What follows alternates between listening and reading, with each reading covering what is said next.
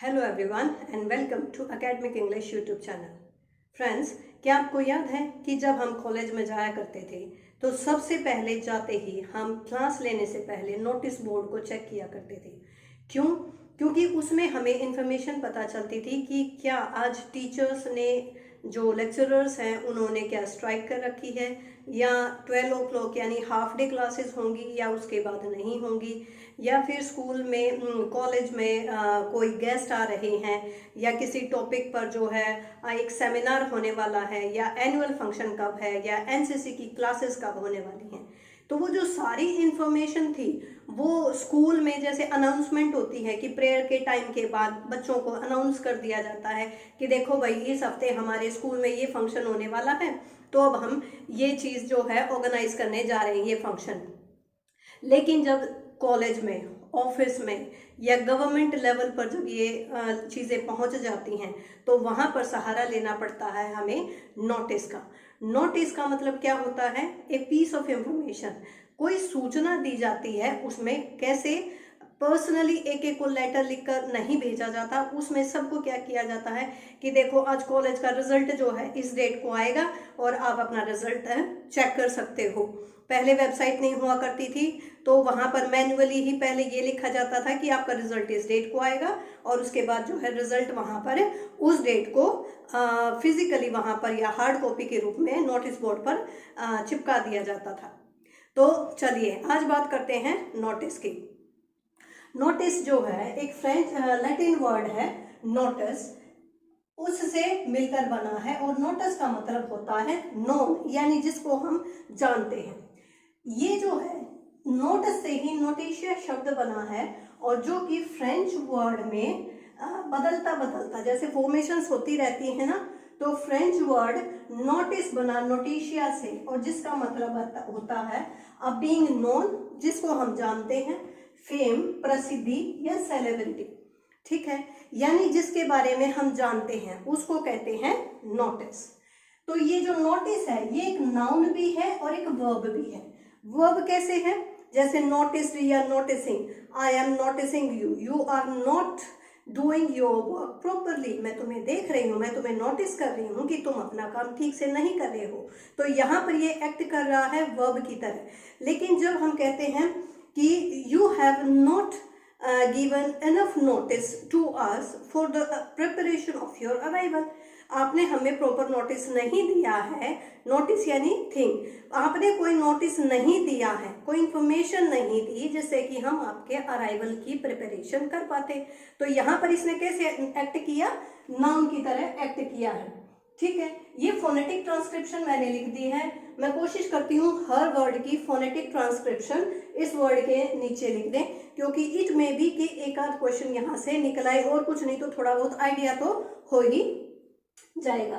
तो डेफिनेशन पे क्या कह सकते हैं कि जो नोटिस होता है अ क्रिएटिव, एक रचनात्मक होता है, short formal announcement. Creative, short formal announcement. Creative यानी सृजनात्मक, शॉर्ट यानी छोटा, फॉर्मल यानी औपचारिक, अनाउंसमेंट यानी घोषणा। यानी कि एक notice is a piece of information जो कि फॉर्मल टोन में होता है।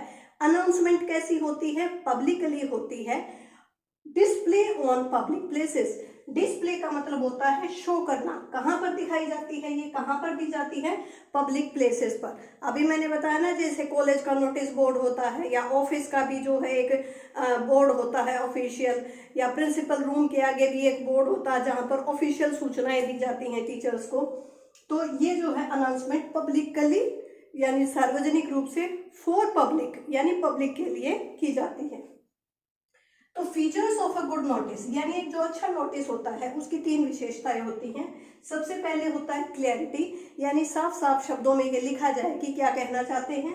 दूसरा होता है एक्यूरेसी, सही इंफॉर्मेशन, डेट, वेन्यू, टाइम जो भी दिया जाता है, जो इंफॉर्मेशन दी जाती है वो सही हो। And the last is conciseness यानी ब्रेविटी, वो शॉर्ट होना चाहिए, ब्रीफ होना चाहिए, पूरा बड़ा पेज ना हो, 2-3 लाइनें या 3 से 4 लाइनें बस इंफॉर्मेशन दी, वहां पर काम खत्म। तो रूल्स के बारे में बात कर लेते हैं। सबसे पहले होता है short sentences.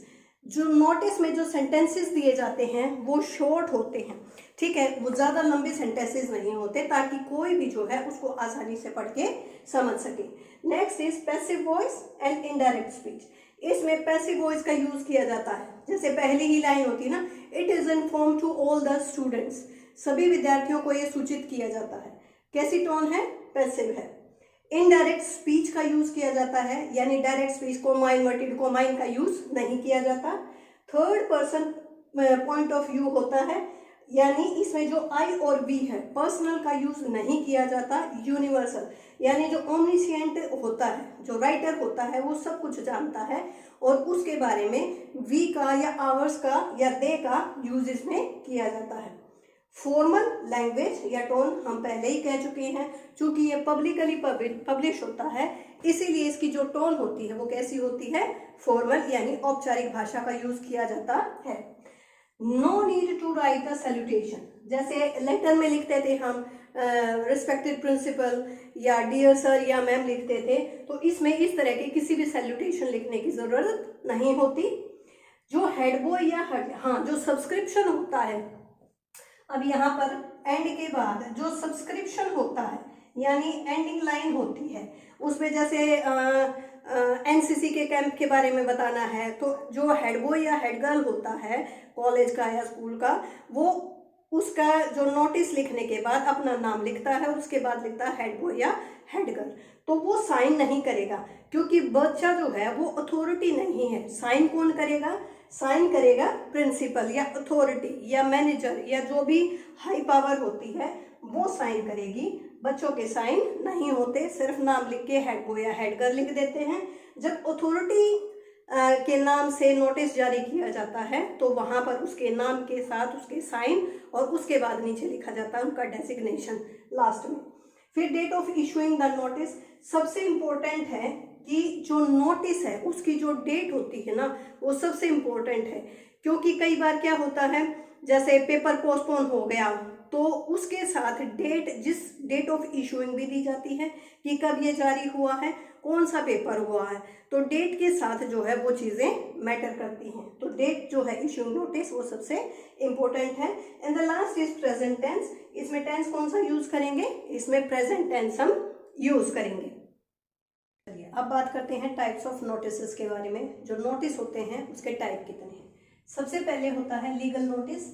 Legal notice that is issued by the government, जो भी ऑक्शन यानी बोली, बिड या फिर कॉन्ट्रैक्ट या टेंडर नोटिस जो होते हैं, वो सारे किसके द्वारा इशू किए जाते हैं? वो गवर्नमेंट के द्वारा इशू किए जाते हैं, उनको हम बोलते हैं लीगल नोटिस। इसके बाद है हमारे एकेडमिक नोटिस। पहले देख लेते हैं पब्लिक नोटिस को।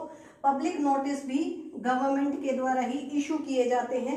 ये सिर्फ होता है गवर्नमेंट अथॉरिटीज के लिए और ये सिर्फ होता है पब्लिक के लिए, बाय गवर्नमेंट फॉर पब्लिक। तो यहाँ पर जैसे टू लेट है, टू वैकेट है, इम्प्लाइड है। इम्प्लाइड में क्या होता है? कॉल टू एक्शन, यानी इमीडिएट एक्शन के बारे में यहाँ पर बात होती है। तुरंत एक्शन जब लेना होता है किसी चीज के बारे में, जैसे एमआरपी की घोषणा या डिक्लेरेशन करती है गवर्नमेंट, या खाद जो है नहीं पहुंच रही है किसानों तक, या जो उसमें अपने डाटा उसमें फिल करना होता है किसानों के लिए, तो जो भी इंफॉर्मेशन दी होती है वहां पर इम्प्लाइड नोटिस इशू किए जाते हैं कि जो नोटिस दिया गया है गवर्नमेंट के द्वारा तुरंत उस पर जो है कार्रवाई की जाए, तो इसको बोलते हैं इमीडिएट नोटिस। और ये एक PYQ है, लास्ट किसी एग्जाम में आया था, NVS में या RPSC में, कहीं पर ये क्वेश्चन जो है आया था। उसके बाद बिजनेस लेटर्स होते हैं, ऑफिशियल जो है एक ऑफिस के लिए, अपने कर्मचारियों के लिए जो बिजनेस लेटर्स होते हैं, या फिर न्यूज़पेपर्स में भी ये जारी किए जाते हैं। तो अभी जो हमारा सिलेबस में है वो है एकेडमिक नोटिस। एकेडमिक नोटिस क्या है? इंफॉर्मेशन दी जाती है भाई, स्कूल कॉलेज इंस्टीट्यूशन के ये सभी आ गए, इंफॉर्मेशन दी जाएगी, यानी किसी चीज़ के बारे में सूचना दी जाती है। इवेंट, स्कूल में कोई इवेंट हो रहा है, जैसे एनुअल फंक्शन है या स्पोर्ट्स डे मीट है, एनुअल डे मीट है, तो वहाँ पर कौन वहाँ पर गेस्ट आ रहा है, तो उस तरह का इन्विटेशन। इंस्ट्रक्शंस होते हैं, जैसे कि कोई मान लो सेमिनार हो रहा है तो इंस्ट्रक्शन दी जाती हैं स्टूडेंट्स को कि वहाँ पर बैठना है अच्छे से डिसिप्लिन में रहकर, तो इंस्ट्रक्शनल होते हैं। उसके बाद है कंस्ट्रक्टिव। कंस्ट्रक्टिव का मतलब होता है कोई भी जब किसी टॉपिक के बारे में जब ये कहा जाता है, स्पेसिफिक ग्रुप को ये कहा जाता है कि देखो भाई फंक्शन हो रहा है लेकिन जो क्लासिकल डांसर्स है ना वो इस ग्रुप में अपना नाम दे, तो स्पेशली किसी ग्रुप को इनवाइट करना या फिर नोटिस देना कि जो एनसीसी के कैडेट्स हैं उनको वहाँ पर जो है ज्वाइंट होना है, उनकी क्लासेस लगेंगी, उन बच्चों को वहाँ पर ट्रिप पे जाना है, स्पेशली किसी ग्रुप के लिए होता है, तो वो क्या होता है कंस्ट्रक्शनल। इनविटेशन दिया जाता है, इनविटेशन में भी ये स्पेसिफिक ग्रुप्स के लिए होता है कि भाई हमारा जो एजुकेशनल ट्रिप है, जो भी एकेडमिक स्टूडेंट्स हैं वो प्रिंसिपल से या फिर जो टीचर है मैंने उससे जो है ऑर्गेनाइजर से वो मिल सकता है।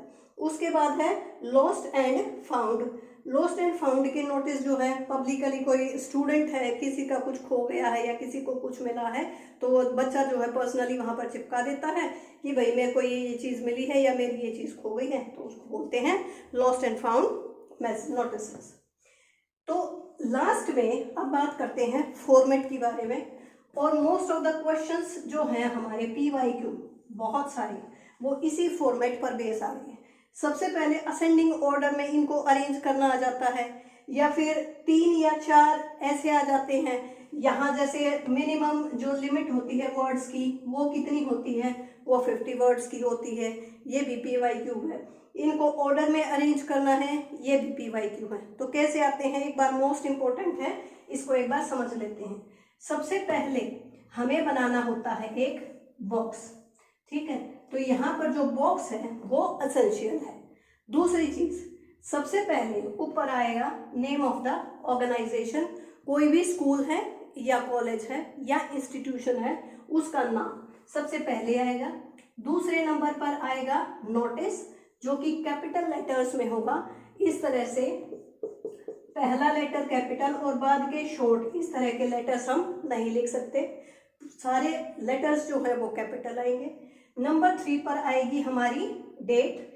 डेट ब्रिटिश फॉर्मेट में आएगी, जैसे 23 अगस्त 2025 इस तरह से जो है हमें फॉर्मेट में लिखना होगा, या 23 ना लिख के आप 23 अगस्त और 2025, उसके बाद ना तो कोमा लगेगा, जब आप 23 RD लगा रहे हो तो अगस्त के बाद कोमा आएगा और फिर ईयर आएगा, लेकिन जब आप खाली 23 लिख रहे हो अगस्त लिख के तो यहाँ पर कोमा नहीं आएगा। तो ये भी सही है और ये भी फॉर्मेट सही है। उसके बाद आएगी हमारी हेडिंग, ब्लड डोनेशन के लिए है या फिर एनुअल डे सेलिब्रेशन के लिए है या कोई सेलिब्रिटी आ रहे हैं तो वो हेडिंग यहाँ पर दी जाती है। ये हो गया नंबर 4। नंबर 5 पर आ जाता है हमारा बॉडी या content, it is to inform the all the students. तो यहाँ से हमारा कंटेंट शुरू हो जाता है, हमें इंफॉर्मेशन देनी होती है। तो याद रखिए W's 5 या 6 W's मतलब कोई चीज़, व्हाट यानी क्या होने जा रहा है, व्हेन कब, वेयर कहाँ, वाई क्यों, हाउ। तो इन सारे क्वेश्चंस के आंसर्स हमें किस में देने होते हैं, हमें अपने कंटेंट में देने होते हैं। उसके बाद है नेम एंड साइन। मैंने आपको बताया जैसे लॉस्ट एंड फाउंड का है, कोई बच्चा कर रहा है तो जैसे उसका नाम BA सेकेंड ईयर या फिर स्टूडेंट का नाम हेड बॉय या हेड गर्ल ऐसे लिख के छोड़ देंगे, तो ये हमारा क्या हो जाएगा, सब्सक्रिप्शन हो जाता है। नंबर 6 पर सब्सक्रिप्शन में 2 चीज़ें आती हैं, एक तो नेम आता है और दूसरा आता है उसका डेजिग्नेशन। मैंने बताया राहुल प्रीति कुछ भी नाम है और उसके नीचे हेड बॉय या हेड गर्ल। लेकिन अगर इशूइंग अथॉरिटी हाई है, जैसे प्रिंसिपल के नाम से या मैनेजर के नाम से या गवर्नमेंट के DC वगैरह के नाम से कोई ऑर्डर नोटिस दिया जाता है, तो वहाँ पर नाम के बाद क्या होंगे, साइन होंगे। यहाँ पर हो जाएंगी 3 चीज़ें, नेम होंगे, सिग्नेचर होंगे और उसके बाद क्या होंगे, डेजिग्नेशन होंगे। जो इशूअर होता है वो है उसका नेम एंड साइन, यानी किसने इशू किया है ये, और जो इशूइंग अथॉरिटी होती है कि जो विभाग है, डिपार्टमेंट है, वो होती है हमारी इशूइंग अथॉरिटी। ठीक है, तो इसको याद करने का तरीका है ऑन, DHBND। ठीक है, ये एक शॉर्ट में आप इसका कोई भी जो है ट्रिक बना सकते हैं इसको याद करने की। पेपर में जो है जो का तो ये हमारा फॉर्मेट आता है। So that's all for the today's video. और मुझे उम्मीद है कि आपकी इस छोटी सी वीडियो से थोड़ी न थोड़ी कहीं ना कहीं कोई ना कोई मदद हुई होगी। अगर आपको ये वीडियो पसंद आई तो please do like, share and comment down below. Thank you.